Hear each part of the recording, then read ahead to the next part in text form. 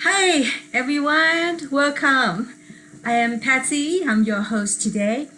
And I'm also the host at New and Ancient Story Online Community. And this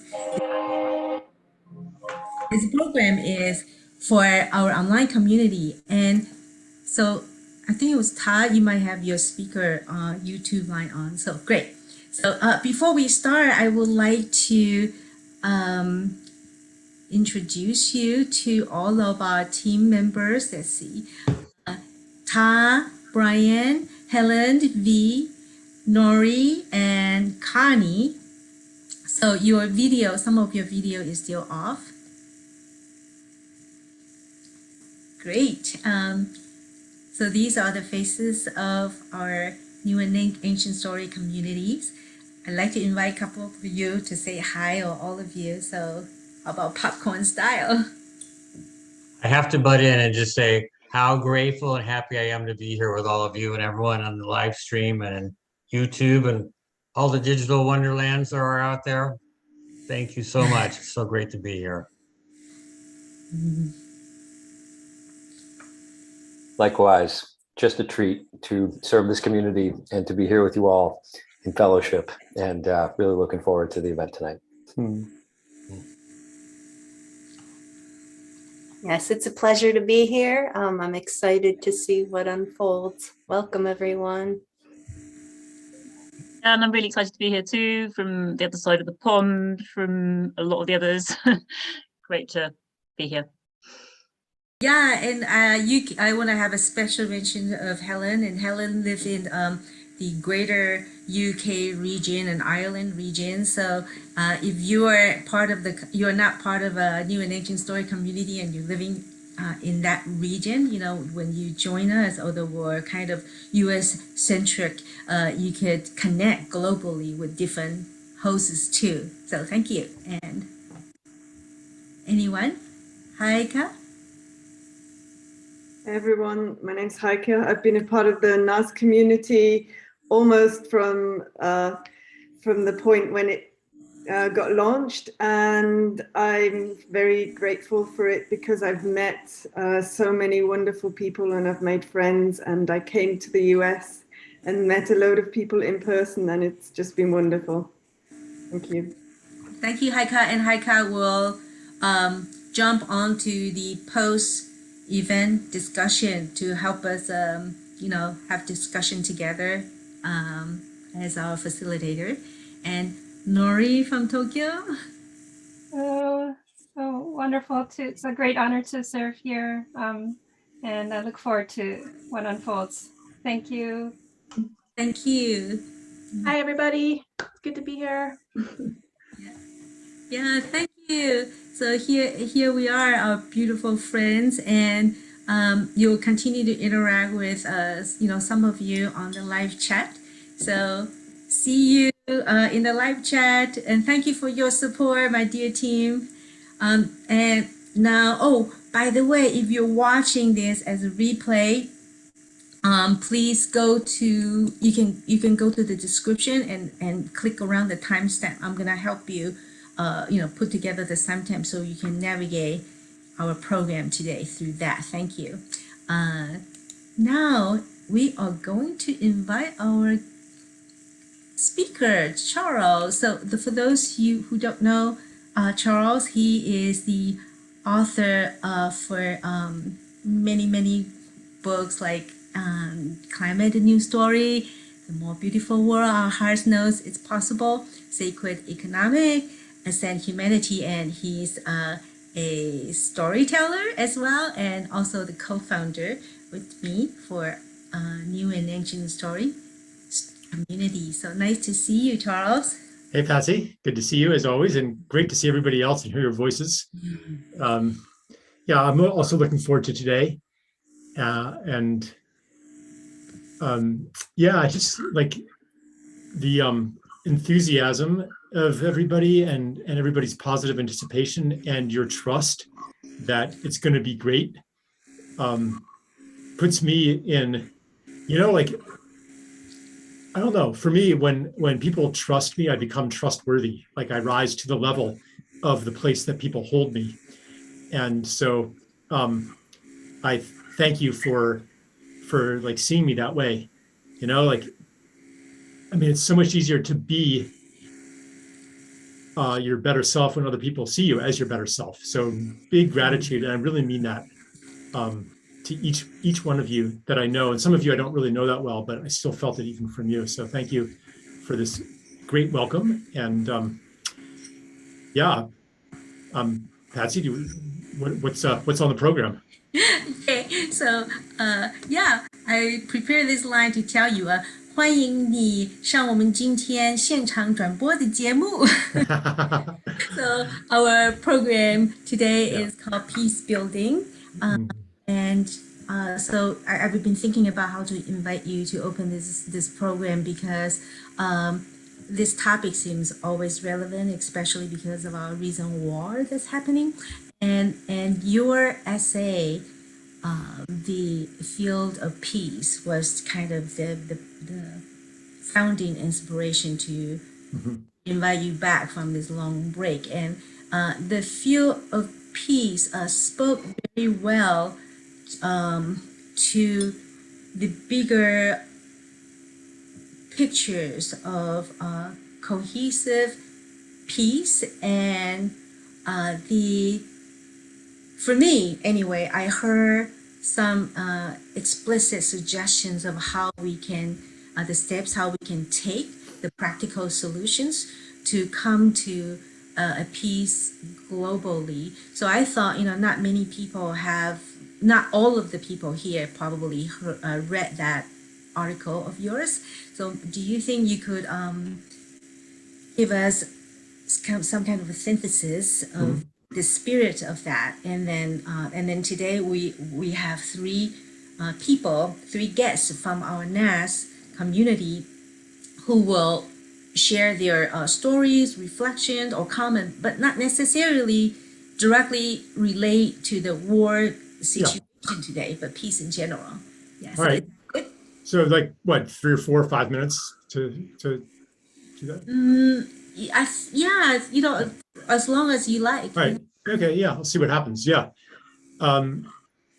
So I this was in the very early days of the war, and what came to me is a story I heard about the Dalai Lama. A friend of mine had taken a group to meet him, and a woman asked, "Well, should we pray for peace?"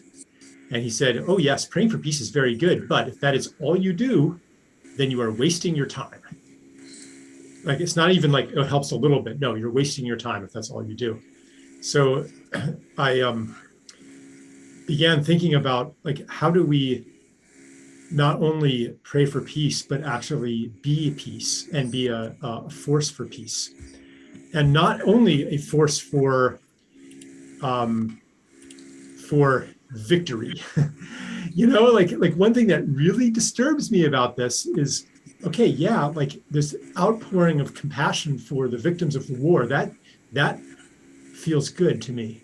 But part of me is like, but where was the compassion for the victims of the Iraq war, the war in Yemen, backed by the United States, when people putting Yemeni flags on their social media posts, the Afghans, the Somalis that were bombing like right now.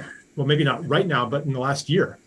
So like if we're going to actually have a powerful prayer and stand for peace, it can't be only the victims of our enemies or the people we are told are our enemies. It has to be a consistent prayer for all peace and a consistent stand for peace, not only on the geopolitical level, but also on the personal level. Like how can we undo this habit of dividing the world into good guys and bad guys? And so I got quite a bit of blowback from this essay. In a conflicted situation, pacifists are usually hated more than the enemy. It's a saying I like to say. And people said, well, you're just being, you're just making excuses because also I pointed just a little bit to the historical context of all this. And people are like, well, you're making excuses for Vladimir Putin, and this is not justified. And so but the whole thing of some wars are justified and some are not, is that if that's the first question you ask, and you have an investment in a certain answer, there's going to be a lot that you don't see. And I want to bring into view all of the things that we're not seeing, and also illuminate the habit in personal relations, of just first trying to find, okay, who's the good guy, who's the bad guy, then I know what to do.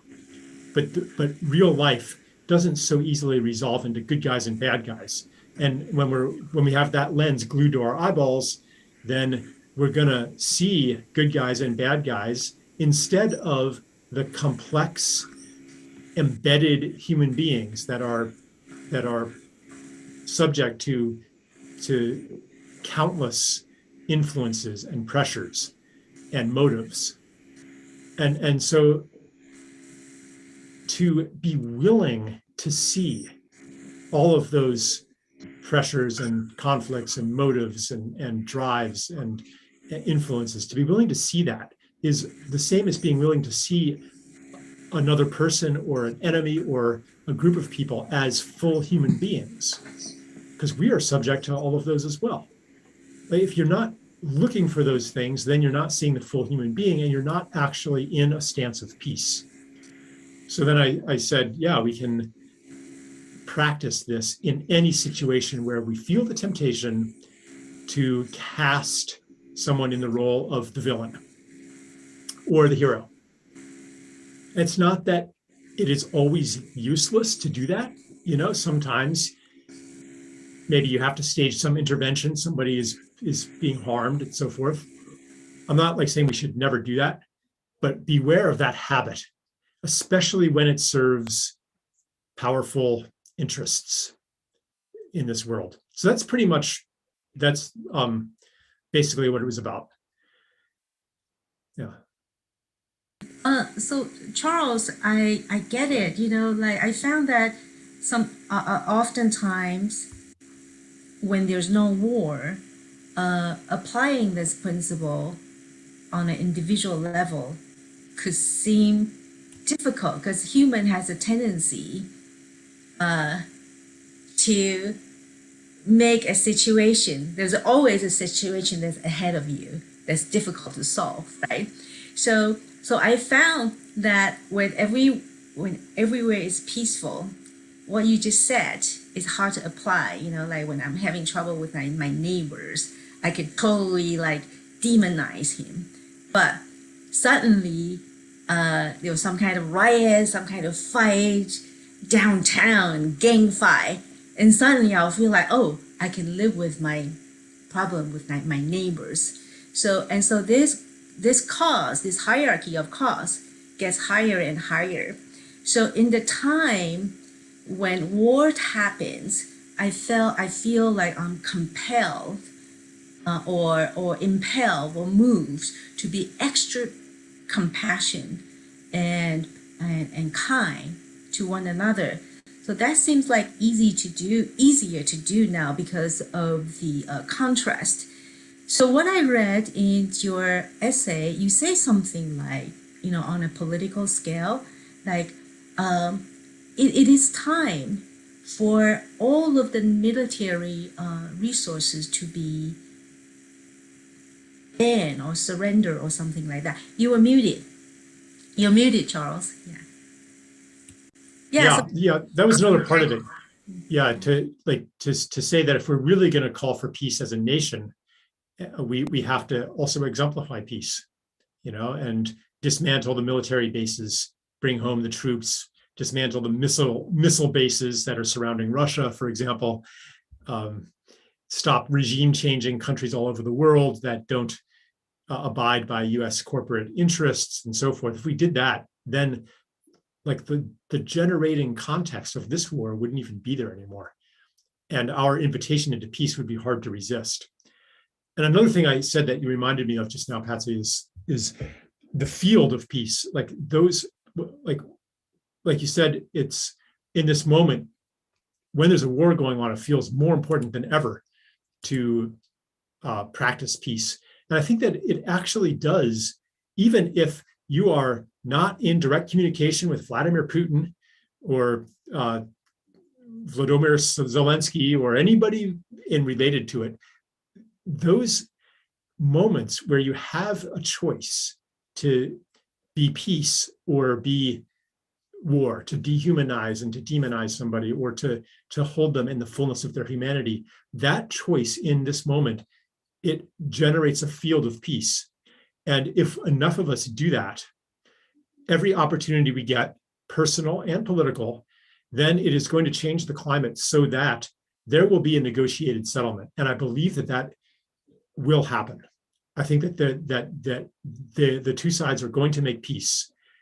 And you won't be able to prove that it was because of the peaceful thing that you did. But some part of you knows that this was part of it, because you're declaring what the world is. You're declaring what is possible when you have that difficult moment and you hold peace with somebody when it was hard, when the old habit was to let them have it and go to war against them, and you hold peace, which doesn't mean capitulating. It's in how you see them. When you do that, you are making a statement about what is possible for human beings to do. So you're right, Patsy, like this is, like times of war really bring that home, the importance of doing that. And I would just call on everybody to keep this in mind so that we can coherently generate a field of peace. Yeah, thank you, Charles. And I think I have a like burning comment to make, and it would evoke you to say something. It is also kind of a question hidden in it. I feel so excited when I see that there is a solution. So because oftentimes when we talked about tapping into the fields of peace, what I come to meet was people continue to speak from the deeper layer of the war mentality, me versus you, and there's something wrong. They need to justice need to be exercised upon. So so what I want to say is, I have been, like sometimes in nature, when Mother Earth sense there is a call for balance, and I'm gonna send a tsunami on New Orleans coast, is responding to something that people don't immediately see, right? The digging up, disturbing the under layer of earth crust that have caused that. So, but that tsunami itself, although it kills a lot of lives and make a lot of destruction, but there was some kind of a benevolence that built into it. So can you, are you inspired to say something to that? And, and before you say something to that, I actually also have a personal experience that I have encountered people completely misinterpreted like my friendship or kindness, more than once throughout my life, many, many times. And oftentimes my first reaction was, I feel hurt, I feel angry, I feel perplexed, I don't understand. And then eventually someone will tell me, in what part that are you also doing that to another? But I was at peace with myself. I didn't do anything to deserve that, in my opinion, in my thought. So I thought, maybe to tap into the field of peace is not for me to justify whether I have a reason to tap into it or not, but just tap into it. Yeah. So, I mean, this gets into all kinds of metaphysical questions, but I would say you can't just assume that everything that happens is some direct response to something that you did. The mirroring can be very, very subtle. So hold on, change my view here, gallery view, there we are. So but generally speaking, it is fruitful to look at what this might reflect about yourself. So in the case of the hurricane, the flooding in New Orleans and so forth, and a lot of flooding that's happening around the world right now, actually, it's caused by the destruction of wetlands, and coastal, especially in the case of New Orleans, these coastal wetlands that used to extend out enormous distances that would be like a sponge, that they would absorb floodwaters. And a lot of these wetlands all over the world have been destroyed. So the floods are much, much worse. And if you just say, well, it's just some random thing of nature that happened to us, then you'll never ask that question. How did we participate in this? That doesn't mean, though, that it's necessarily your fault. It's just the question to ask. And same thing with the war. Like, what is this war a symptom of? If you don't ask that, you'll just be like, oh, it's just some bad guy out there. But if you ask that question, then you can understand it in terms of a long history that includes ourselves as American citizens. Well, not all of us are here, but you know what I'm saying. And so in your personal experience there, Patsy, these outbursts of unfriendliness towards you, they could be a mirror of, you have some hidden underground resentment or anger that's coming out and being reflected, but it could be also like some lack of self-respect that may not be obvious to you. You might be like, well, I totally respect, I think I'm great, but do you? Is there some part of yourself that is convinced otherwise that is being shown to you by these people? And maybe not. Sometimes things just happen. It's not for your self-knowledge, it's for your development. It's because you have incarnated with a certain dharma in the world to overcome this particular kind of obstacle. So like, we can't be too dogmatic about these things, but it is important to ask those kinds of questions. Yes, thank you. Thank you, Charles. I actually come to that, arrive at that conclusion that is for my developmental purpose that things happen. So there's no blaming. I realized that, in fact, like I have so much to be grateful for. So I thought my next stage in life is really to take in whatever I see, including this war. This is like all part of the interplay.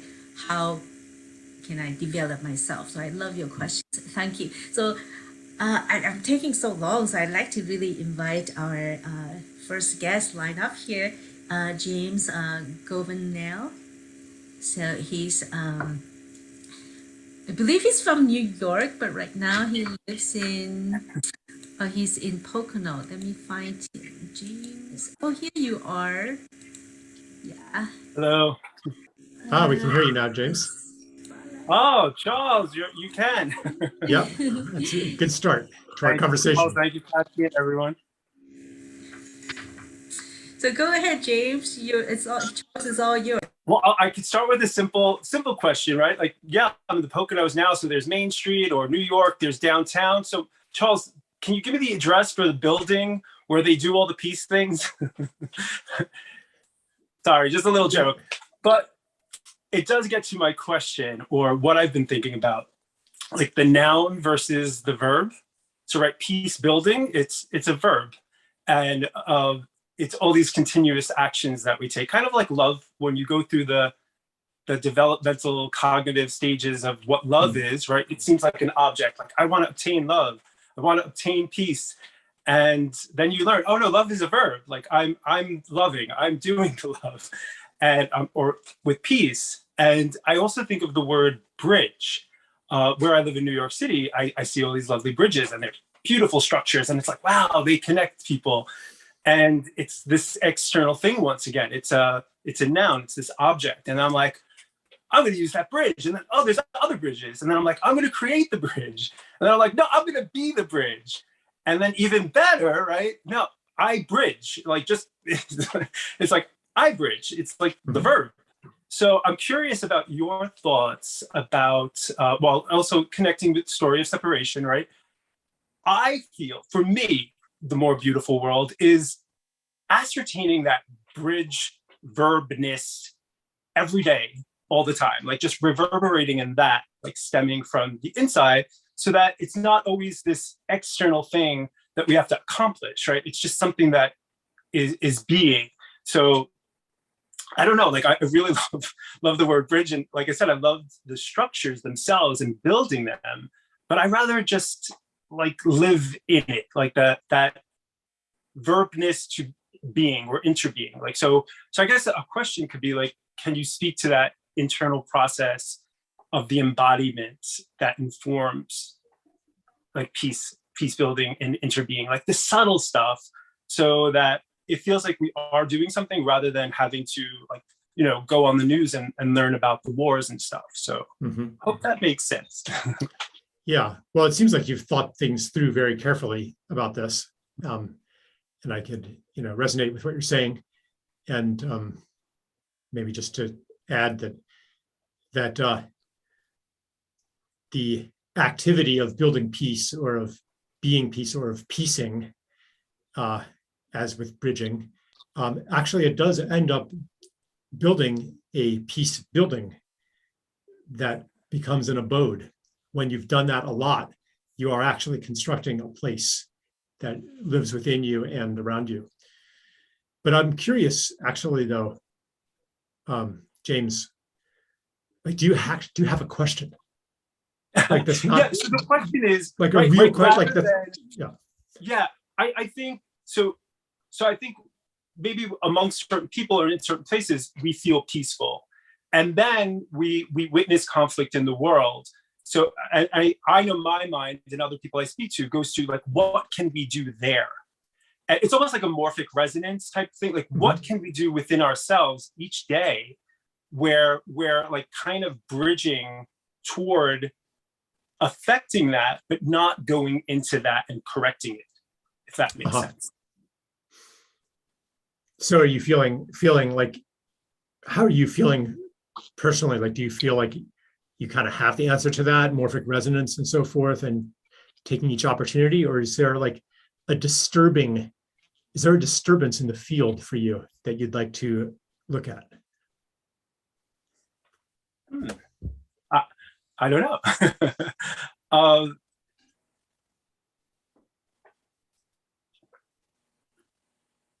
No, I think it's like, how does that field extend? I guess I'm just wondering if there's any practical, like either an embodiment practice or some practical representation on a daily level, so that somebody can feel like they are contributing to peace beyond themselves. So like, I feel peaceful, and then I could see how that situation can be peaceful. But what once again, now what creates the bridge, but how does my bridging or one's bridging form a bridge like that isn't there?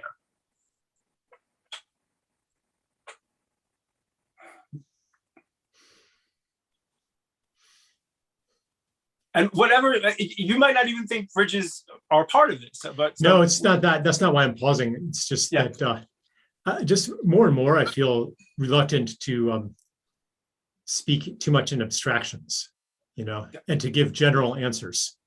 But because that's the answer, yeah, the answer specific to you, might be different than to somebody else. So that's why I asked, you know, is there a disturbance in the field? Is there some way that you feel that stymied, or that you're not doing enough, or frustrated, or do you sense the presence of a breakthrough that hasn't happened and wants to happen, or something like that? I need like something, like you have to be asking me a question from your heart, you know, and then I'll tune into that. This is good, because I am trying to understand it, or like conceptually we could dance around, and I would even venture, probably when some people read some of your essays, it might seem a little abstract at times. Like for me, it's not.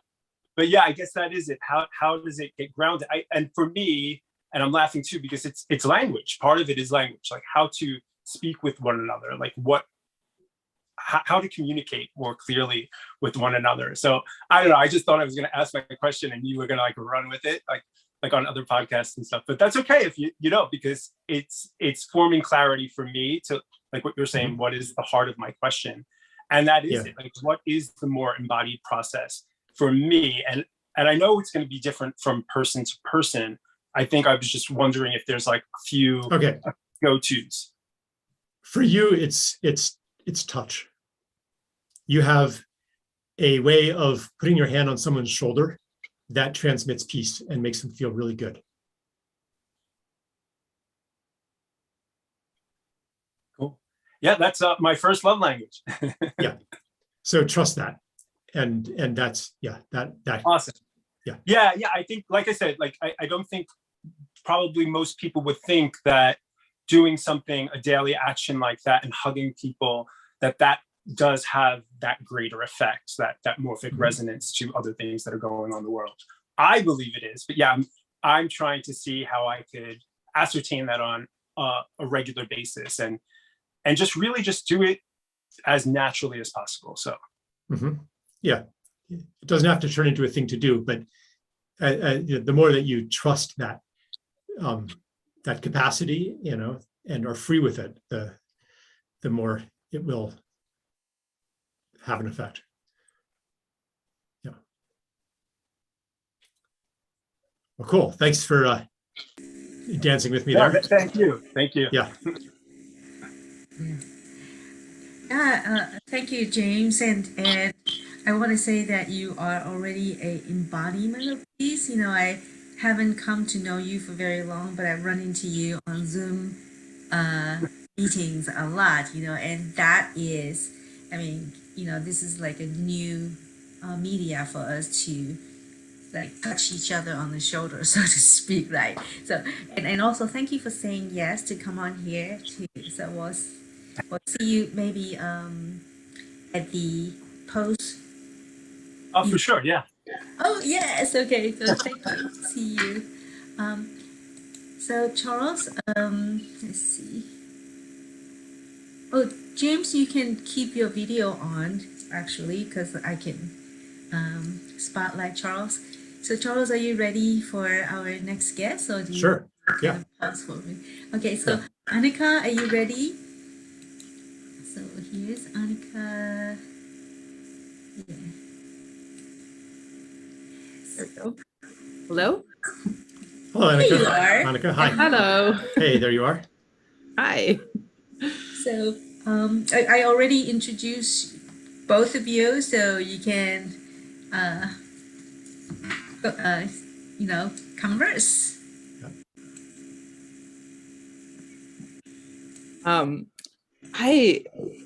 I was really excited that you, Charles, that you brought in, like you were speaking of parts earlier. And that's that's really where my work and my perspective is at in the, like, there's the global political level of conflict and peace, then there's the interpersonal between persons, and then there's the interpersonal. And I went through I call it initiation. Therapists call it trauma, but trauma integrated is initiation. And since I've been working really hard to integrate it, I'm calling it an initiation, where like my focus really shifted to the wars that we wage between our parts. I started to see every single person as a community, like of parts. So like there isn't, like, I know some of your parts from what's out there publicly. I don't know the rest of your community. I know some parts of your community, some parts of my community. But like from that perspective, like peace building has become so important to me on that third level. And what you mentioned about the field and it having this impact, I was living with someone who was severely at war with themselves, to the point where they experienced their inner world as multiple personalities that were, waging war and trying to kill each other off. And at the same time, we were in a conflict with our neighbors, that had escalated into a lawsuit, which is the first time I've ever been in a lawsuit. And I started to notice this pattern that when the inner war in my partner escalated, the legal conflict with our neighbors escalated as well. And then when there were integrations and these parts started to make peace with one another and actually merged and integrated and became more of a whole person, suddenly something happened and it de-escalated. Like the neighbors stopped fighting, or I mean, it was incredible. And walking away from that, I was like, this changes everything. Yeah, totally. I didn't really mention that in that particular article, but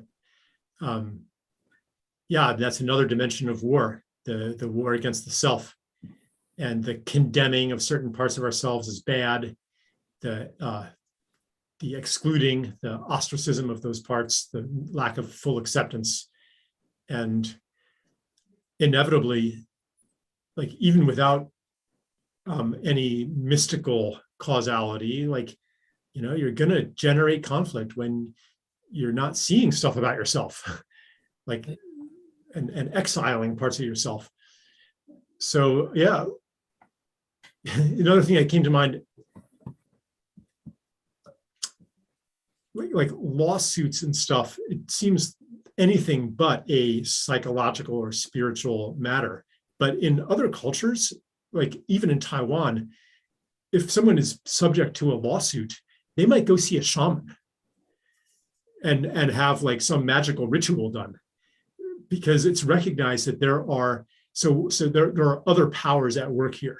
There you know, malevolent spirits or some kind of spiritual energy at work. And really, what is a spiritual energy? You cannot understand malevolent spirits without also looking within and saying, what unintegrated part of the self does the malevolent spirit correspond to? These are not like external or fully external things.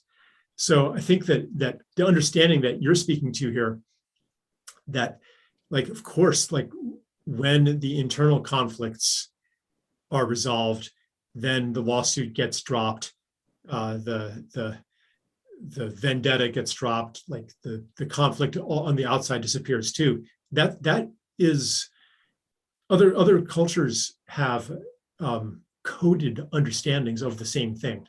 Mm-hmm. So yeah, really, yeah, I mean, that just underscores the importance of doing this interpersonal work and this inner work if we're really serious about a prayer for peace. You know, it's got to extend everywhere. Yeah, I also noticed my own capacity changing. So as like you mentioned earlier, like being seen in your best self, and that can be heard in two different ways, right? That can be heard as in like in the good parts versus the bad parts, right? Or in like, you know, the part that is in surrender and that is living from essence, and the part that's in, you know, like that's stuck in like a paradigm of control and separation, right? And I noticed that the more I integrated parts and was able to bring another part into surrender and integrate it into my essence, the more capacity and compassion I have for other people. So at one point, the neighbors came up and started, like it had always been screaming. Like we were never able to actually have a conversation. They would just scream like from the get-go. And I was walking on the land and came across them. They started screaming and I just started to feel compassion. I had just done all of this inner peacemaking between some parts of myself that were in conflict with each other. And I just felt this openness and space and could just reflect back what they were experiencing. I could just kept saying, I hear that this is really important to you. I hear that this is really important to you. And but because I was seeing my own parts so well, and I didn't need that outside validation from them anymore. I didn't need to be seen by my neighbors anymore. I was able to really see them. And it took, I don't know how many repetitions, but eventually their nervous system calmed down, which I had never seen before. And it was like, well, maybe we can find a solution. Maybe we could, you know, do this or that. It's like, and the ironic thing is that that's what we had been suggesting for months. And then they came up with this compromise and it de-escalated from there. Mhm. But yeah, I definitely noticed like the change within myself. And it wasn't so much, it wasn't conscious. It was more of an expansion of capacity. Mhm. Right.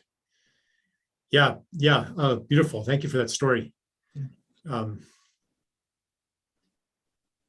Yeah, I don't really have a lot to add to it, but I probably could think of something. But maybe that is kind of what to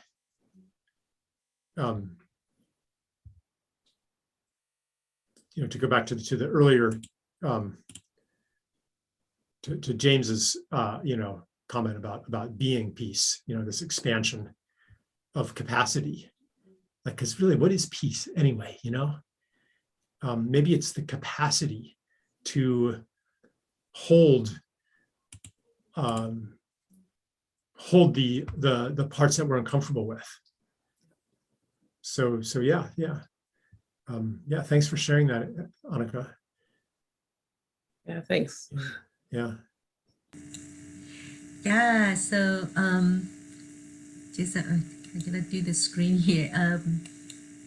So Annika has a lot of stories, and I feel so unfair to give you guys such small time slot, but then again, we are all in the same community. Now we know each other better. We can follow each other and read each other's story.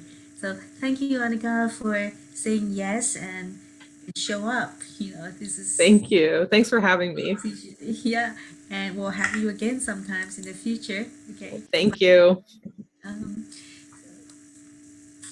yeah. So anyway, I thought this maybe I shouldn't say that word. There's some kind of peace building challenges they show up in NAAS recently in one specific topic. Start with a G, okay, and I mean, I really like Annika's peace building desire in it. So I thought that's what she talked about, but she didn't. But that's fine too. Okay. So our next guest is it's our precious newer generation, Angeline. I think she just had a adventure traveling to Peru recently, and I'd like to bring her up to talk with you. Okay, here you are. Hi, Angeline. So, Charles is all yours. Oh, I'm pretty nervous. Hi. Hello. Well, Yeah, Patsy had sent me a message inviting me to speak, and at first I thought I should ask a question because I would maybe be the most fruitful, but in doing with it, I kind of felt like feel like my cup is full and I would prefer to share like maybe some insights or things that I'm working through, and you can comment whatever comes up. Yeah. Yeah, as this subject I feel like is personally like really at the heart of so much of what's happening for me in my life. And when I was asked to participate, I thought like, who am I to like talk about peace? Like, I feel like I've not lived up to like my integrity in so many ways, and reacted to so many people like just like a week before being asked to participate. And I had to ask myself like, what is peace, and why am I not in that place, even though I've done so much work on myself and consistently for quite a while. And when I really softened into my heart about it, like this topic, and I've just been writing about it like this past week, every day is like grief and how important it is to let myself feel like what I'm not feeling, And it could be the culture that I'm in and that I feel is pervasive around me. It could be maybe the whole world, but it feels so much like if we want peace, we have to resensitize ourselves to where we don't feel good. Otherwise, we just keep reacting to other people and keep reacting. We keep projecting our own inner sense of our own inner dis-ease onto like global systems, and we feel this need to like attack and to destroy. And I believe in the power of activism, and I believe in the power of like standing up for what you believe in. But so much, I just see so many activists in almost every field get really caught up in the anger, the distrust, the pain, the unprocessed grief. And it's just like stuck there. And sometimes I feel that many people, including myself at times, like don't really believe that peace is possible. It's like we've come to a place of feeling that there's just no way I can be safe in this world and sensitized to it at the same time. But the irony is that if we want to create a safe world, we have to be sensitized to it. And yeah, I've just been crying a lot and processing, like just even in my own household, like the relationships I have with my family and with myself and with very intimate connections, and where I've just held so much anger, and that anger is really just hurt. And I see so many people that maybe it's my projection of them, because a lot of that time my influx of people is through online, so it might not be the best judgment. But even sometimes in person, it just feels like there's this underbelly of like growing grief that needs to like be released. And yet people just are like, oh, I can't, I have to work. Oh, I can't, I have to provide for my family. Oh, I can't, I have to do this, I have to do that. Sometimes I feel like that's such a real thing of survival, of like, I'm so afraid if I break down, I'm not going to know what the heck to do. I'm not going to be able to go back to work if I open this can of worms. Sometimes it might be like an excuse of, on some level, I feel like I can go there, but I just don't want to go there. Like I'd rather just be miserable in a comfort place, because I'm just so afraid of the unknown and so afraid of my emotions and what happens if I go there. And I'm processing that now for myself. I have so much grief in my own life of not because bad things happen, but because good things are happening to me. And there's this grief of like letting go of old heaviness, letting go of being comfortable there, letting go of relationships that were stagnating and but were so important to me and were a huge part of my path. And I feel this like mirroring happening in my life, like as I am faced with my own initiation of growing into accepting I'm an adult, and that's a beautiful thing. And look how I've grown, and not an adult just because of my physiological change, but because my heart is like opening to how I really feel and taking more responsibility as an individual. And that's such a beautiful thing. And at the same time, it's like, that's a death. Like that is a death for me, especially because of all the relationships. It's like a whole 180. And so if I want the world to be at peace, like when I first heard about the whole Vladimir Putin invasion in Ukraine, like it just was like what am I doing? Like where am I at? Like what are my values? And it wasn't so much a thing of like shame, but it was just like okay, like time to walk your path. Like it's time to walk your path. And I may be 24 years old, but there's somebody who's like 65 out there who is ready to walk their path, or there's somebody who's maybe 15 and they're ready to walk their path. And I don't want to underestimate the power of leading by example. And in order to do that, I got to cry some freaking tears for a while so that as I walk, it's an open heart, and it's not like a means to an ends thing. Like, oh, let me just do all the things that I feel like I have to do that would get peace. But that's not peace, that's control, that's order, which is a wounded, I feel like, expression of trying to get peace. or like sensitization, just orders, like even in myself and my own trauma, like instead of feeling like I can just be safe to sensitize myself, I try to control my external surroundings, make sure my room is clean, make sure everything's perfect, make sure this, make sure that. But instead, like that responsibility to really feel my impact on this planet, really love myself, like really be vulnerable to the unknown and let go of like what I have to let go of. And in that, like maybe I give hope to somebody else that needs to see that. Whew.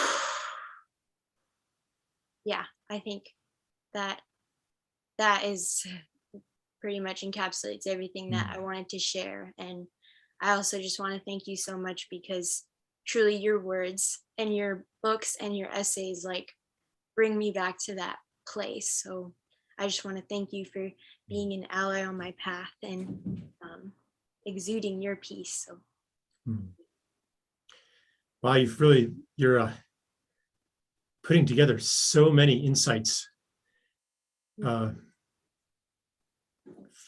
Maybe not like all in place yet, but I just like sense you like trying to gather like so many straws, and weave them into this container for your life. One thing that you said kind of leaped out at me. This feeling that you spoke to of feeling that peace is impossible, this hopelessness that I'm familiar with as well. But one thing that I've learned is that if I demonstrate to myself that peace is possible with myself, then I establish that peace is possible. And if I haven't done that, then of course I'll never believe peace is possible, because I'm not even experiencing it inside.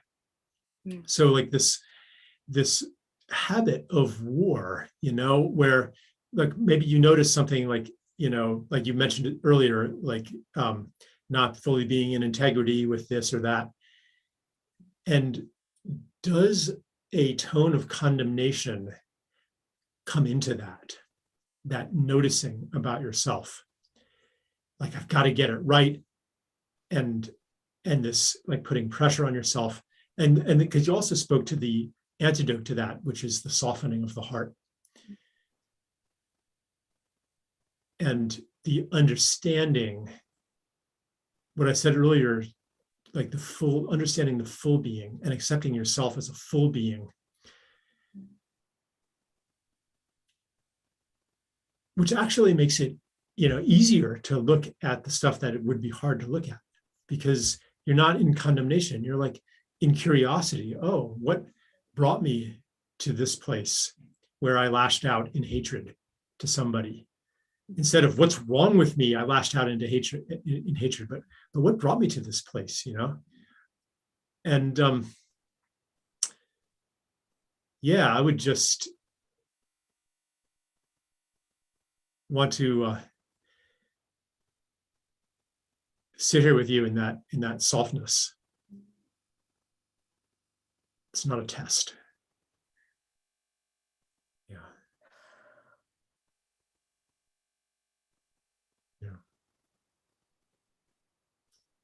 Yeah, I think that was like another piece that I've been reflecting on is like self-forgiveness.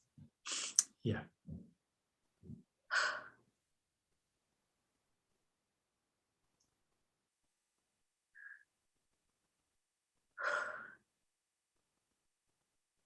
Yeah, and if we can self-forgive, then there's definitely hope for peace in the world.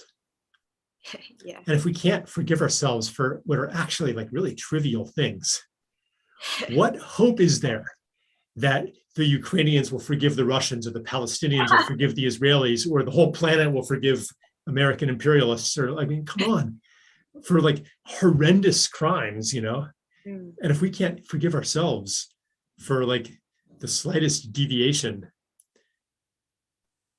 and so to really understand, what does forgive mean?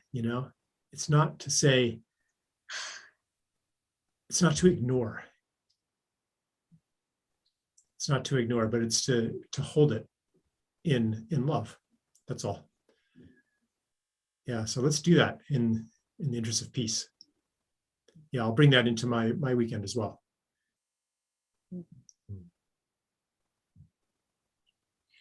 Thank you. Yeah, thank you so much for your authenticity here. Really beautiful.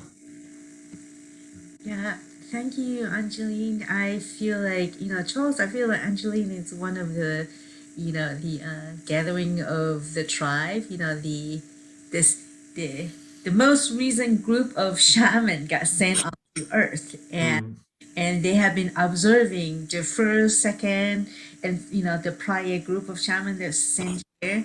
So we're like transmitting, communicating, so the newer generation have so much to work with, and that's what you're bringing, and I really appreciate you, and you're the age of my children too, older ones. So I have special fond feeling for your generation group.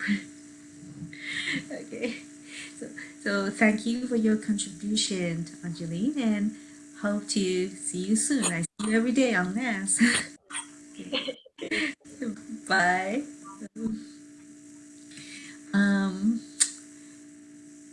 So Charles, isn't that awesome?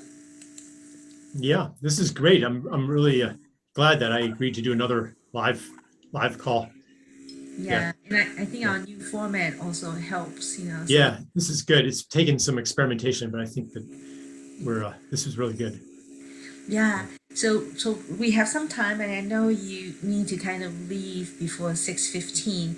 And Brian. Yeah, and that would be kind of tight, but I could do it. Right. So how about we'll have Brian to ask, kind of ask you a question. I think he chatted me something that he wants to make, and then use that as closing. Okay. And where you are, here you are. Just give me a second. Let me put you on. Yeah. Here you are. Hey, Brian. Hello. Oh, wow. To have the presence of being at 24 that Angeline has, inspiring, hopeful. So I had a little story, a little gratitude story that came up this morning, and I knew this event was coming. I was looking forward to it. I was frustrated as I looked in the mirror, and my eye had blown up, it's gone kaplooey. And I did the thing that I always do. I had that moment where I started, scavenging through the medicine cabinet and looking for some thing to fix it, to assault whatever was going on here. Was it going to be an antifungal, an antibacterial? What was I going to do to fix this thing? And I was feeling all the attendant fear, it's my eyeball. What if I lose my eyeball? What if it goes into my brain? What if I die? The whole thing. And I had a moment, and I blame you and Thich Nhat Hanh, but mostly you, because I just thought, well, what would it be like to be peace in this moment? How would my relationship with this whole experience change? And so I just sat there for a second, closed the medicine cabinet, and I just sat in peace for a minute, and I just accepted it for a second, and the pain went away instantly. I couldn't believe it, and I noticed that every time I dropped in to that space, it felt less swollen, it felt less irritated, And I thought, wow, like my war on germs impulse is so strong, and it's so scary. And I just wanted to say thank you. I just wanted to say thank you for that invitation, to be peace and to experience it in that way. And I'm not afraid right now. And yeah, it'll be interesting to see where this journey takes us, no matter what. Yeah. So I just wanted, I don't know, it just felt like a apropos of nothing except, No, I'm happy you shared that. It actually does help bring things together because, what is so like when we talk about peace, it's not just anti-war, like what is it actually? And one way to look at it is that it is, we said it before, like loving presence, loving attention. My wife Stella does this as a healer, where she calls it resonant attention, but basically what she does, and people come in with like serious medical issues. This isn't like my chakra is spinning backwards or something. These are like, like people have like medical conditions, and she's putting her hands on them in very specific ways. Like the attention is very exquisitely directed. It's not, it's very anatomical, but she's not pushing anything. She's not trying to fix anything. She's basically holding a vibration, holding a possibility, and then trusting the body to step into that possibility. In the same way as when someone holds a possibility for me, like I said at the beginning, of healing. What is my best self? It's my healed self. It's an integrated self where all of the disparate parts begin to make friends. So that's another example of it. Or Annika with her neighbors, like she's not like trying to forcefully convince them that she's right and they're wrong and they should drop the lawsuit. She's listening. That's peace. She's holding loving attention to this whole conflicted situation. So this is like you're basically illustrating a universal principle here. And the miracle of it is that when you allow healing, when you allow peace, it happens without you making it happen. And that just messes with the modern mind, which thinks that everything that happens because a force is exerted on a mass. Like that's the basic ideology, that nothing happens unless you make it happen because there's no intelligence in the world outside of ourselves. We have to supply that. We have to supply the order. We have to supply the fixing. And I'm not saying that we never push on something or fix something. But if that is all that we do, and we do not ally ourselves with this universal impulse toward wholeness, then we are very weak indeed. We are only as powerful as the force that we have at our disposal, and that only lasts as long as it takes till we get burnt out with it. And then we can surrender and step into a much greater power. And this is exactly what peace as a verb is. Yeah. Thank you, brother.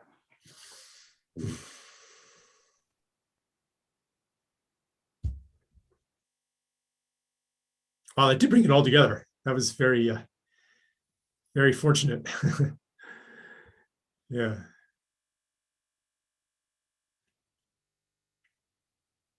Yeah, I mean, also just to say to Angeline's part too, it's the same thing there too, doesn't need to fix herself, but what she's doing, I mean, I see her doing it, holding all of these parts, and tears come and something happens and she's not, it's like, I would even say like all this, Angeline, like you're working on yourself so much. Maybe you can be a host for the work to happen. So just like even to deepen this piece. Yeah.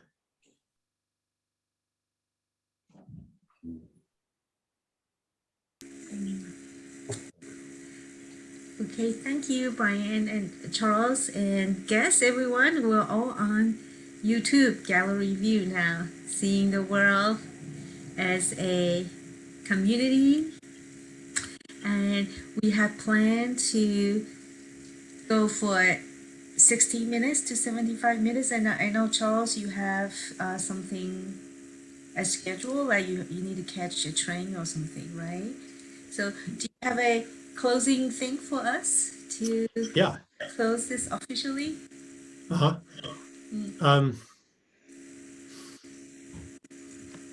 Yeah. I'm really grateful for this community that,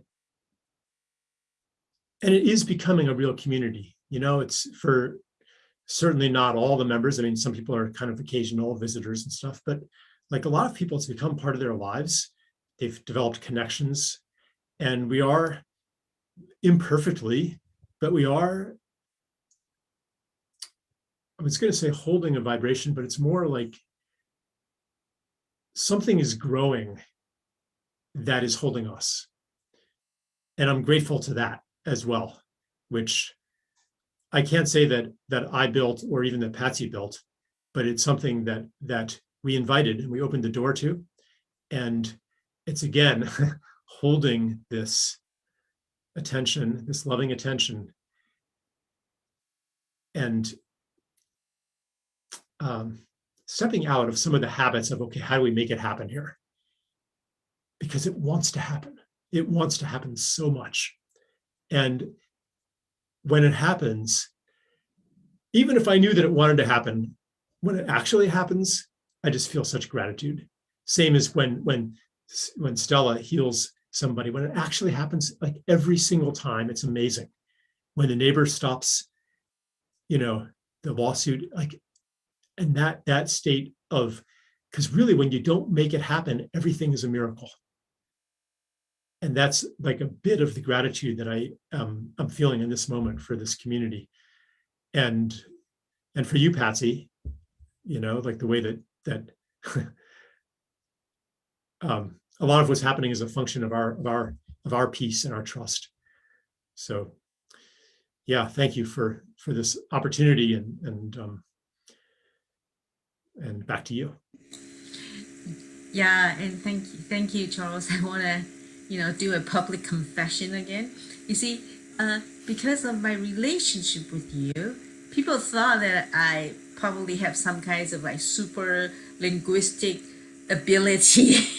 So I feel like so precious, when I have to communicate to the people in the world, in our community. But little do people know that I'm just another flawed human being trying to do my best. And the people here on the screen here, they were like the first line that can see me as me, not my role or my title. So thank you for that. Yeah, and thank you to Charles. And thank you, everyone. So much love to you, and I really hope that we can do this again soon. Otherwise, we'll see you in person in Asheville in May. Oh, dream come true. Okay. Okay, bye. Bye, everybody. Bye. And 15 minutes from now, we will meet on Zoom again in the event link. There's a Zoom link there to enter to our post discussion gathering. Bye. I'm gonna stop.